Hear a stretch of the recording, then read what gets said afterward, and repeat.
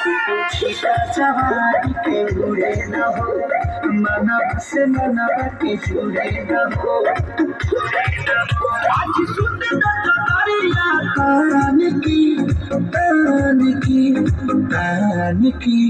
टूट जाए राजा जी, टूट जाए राजा जी बोलो साला, टूट जाए राजा जी बोलो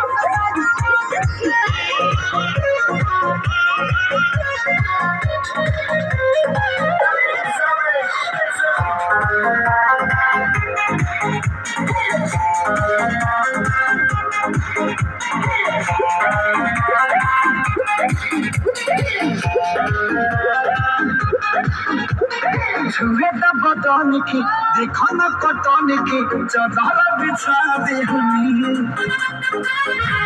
बोलो मुझे मन पे